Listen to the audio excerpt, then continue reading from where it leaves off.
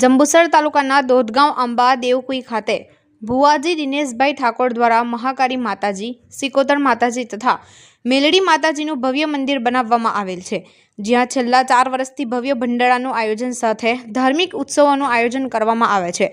પ્રતિવર્ષની જેમ ચાલુ સાલે પણ મંદિરના 5મા પાતોત્સવનું ભવ્ય આયોજન કરવામાં આવ્યું હતું।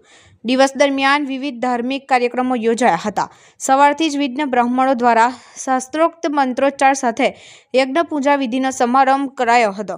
યજ્ઞ પૂજા વિધિમાં 17 જેટલા જોડાઓએ પૂજા વિધિનો લાભ લીધો હતો।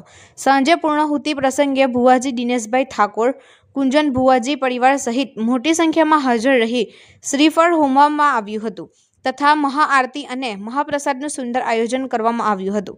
આપણા સંગે જંબુસર શહેર સહિત તાલુકાના અગ્રણીઓ, આજુબાજુ ગામના શ્રદ્ધાળુઓ હાજર રહી માતાજીના દર્શન, પૂજન, મહાપ્રસાદીનો લાભ લઈ ધન્યતા અનુભવી હતી।